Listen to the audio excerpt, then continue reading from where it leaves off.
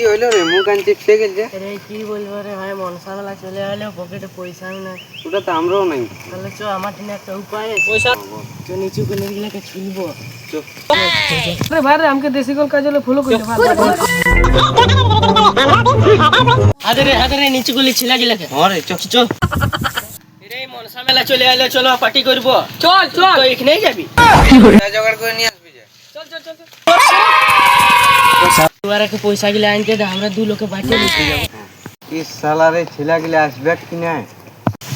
রে সবাই পয়সা আনলি না? তাহলে দে দে। দে আমারটা 10 টাকা কম আছে। কি শালা, তাহলে তুই কটা গিলা পাবি?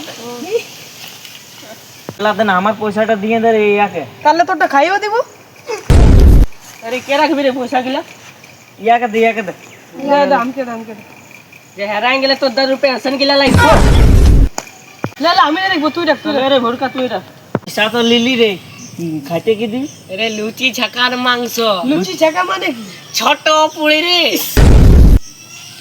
তোর মধ্যে সালবা খাচালি পড়েছে, মুড়ি আসবে। রে কাল তোরা সবাই 8টায় চলে যাবে। ঠিক আছে ঠিক আছে। ওরা কোথা গেলে বলে লি, দেখাছো না? আরে কই রে? আরে এটা কে বড়? এটা আমার কাকার বেটা বড়। ঘর গোষ্ঠী গেলি আয়। আদরে ওরা দেখাছে। কই চল চল চল চল। তুই 100 আমি 100। সারা পয়সা আছে, কটা করছিস?